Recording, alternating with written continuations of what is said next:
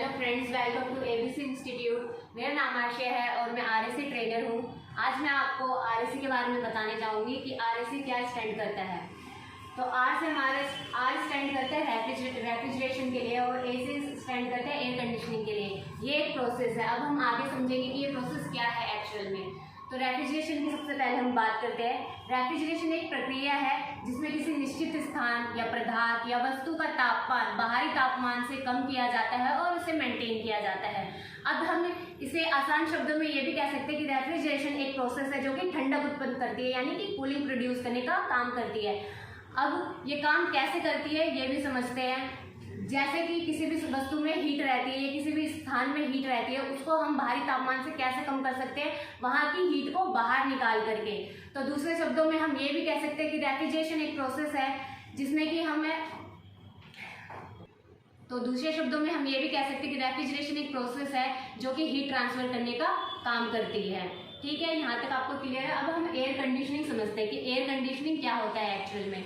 तो air conditioning एक प्रक्रिया है जिसके अंदर हम हवा की कुछ कंडीशन को कंट्रोल करते हैं। समझते हैं कि हवा की कौन कौन सी कंडीशन को हम कंट्रोल करते हैं। नंबर 1, टेम्परेचर को कंट्रोल करते हैं। हम ह्यूमन है, हमें अपने ह्यूमन कंफर्ट के हिसाब से टेम्परेचर लो और हाई चाहिए होता है, तो वो हम अपने कंफर्ट के हिसाब से इसमें टेम्परेचर को कंट्रोल करते हैं। दूसरा, ह्यूमिडिटी यानी आर्द्रता, यानी हमें पता है कि हवा के अंदर कुछ ना कुछ वाटर मॉलिक्यूल्स होते हैं, यानी हवा में पानी की मात्रा मौजूद होती है जो हमें कंफर्ट जोन में रखती है।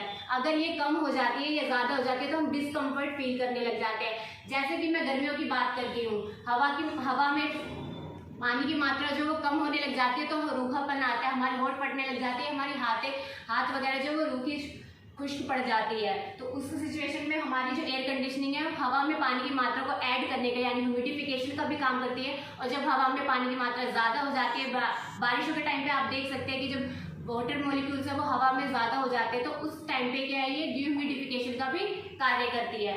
तीसरा, एयर कंडीशनिंग हमारा एयर प्योरिटी का भी काम करती है। हम ह्यूमन है, हमें हवा में पता है कि बहुत सारे धूल मिट्टी के कण मौजूद होते हैं, उसे फिल्ट्रेशन का भी काम करती है।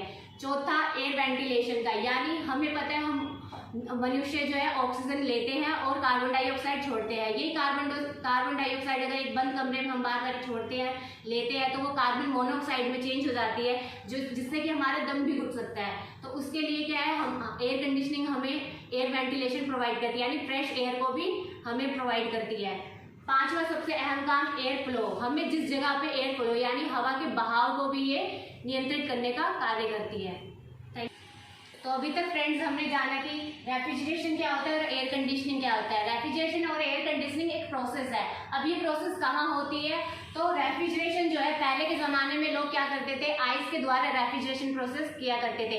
बट जैसे जैसे टेक्नोलॉजी इंक्रीज हुई तो ये refrigerator, deep cooler, water cooler, deep freezer इन सब में कन्वर्ट होगी और यूजेस में आने लगी। तो ये जो मशीनें हैं वहाँ पे रेफ्रिजरेशन प्रोसेस प्रयोग में लाई जाती है। इसी तरीके से एयर कंडीशनिंग जो प्रक्रिया है वो हमारी एसीज वगैरह में प्रयोग में लाई जाती है।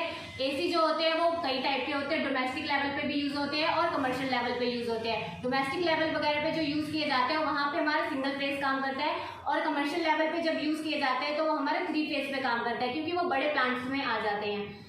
अगर आपको इसके अलावा और अधिक जानकारी चाहिए होगी तो आप एबीसी इंस्टीट्यूट में आकर के इन्फॉर्मेशन ले सकते हैं। आप ये टूल्स देख सकते हैं। एसी रिपेयरिंग और रेफ्रिजरेटर रिपेयरिंग में ये सभी टूल्स यूजेस में आते हैं। आपको अगली वीडियो इसके बारे में भी बताई जाएगी कि कौन सा टूल्स किस काम आता है। अभी के लिए धन्यवाद। आप देख सकते हैं हमारी लैब को कैसे काम करते हैं। अगर आप भी एसी, रेफ्रिजरेटर और washing machine, top loading, front loading का मैकेनिकल और पीसीबी रिपेयरिंग का काम सीखना चाहते हैं तो आप हमारी ब्रांच उत्तम नगर में एबीसी इंस्टीट्यूट आ करके एक परफेक्ट मैकेनिक बन सकते हैं और आगे अपना करियर स्टार्ट कर सकते हैं। Thank you.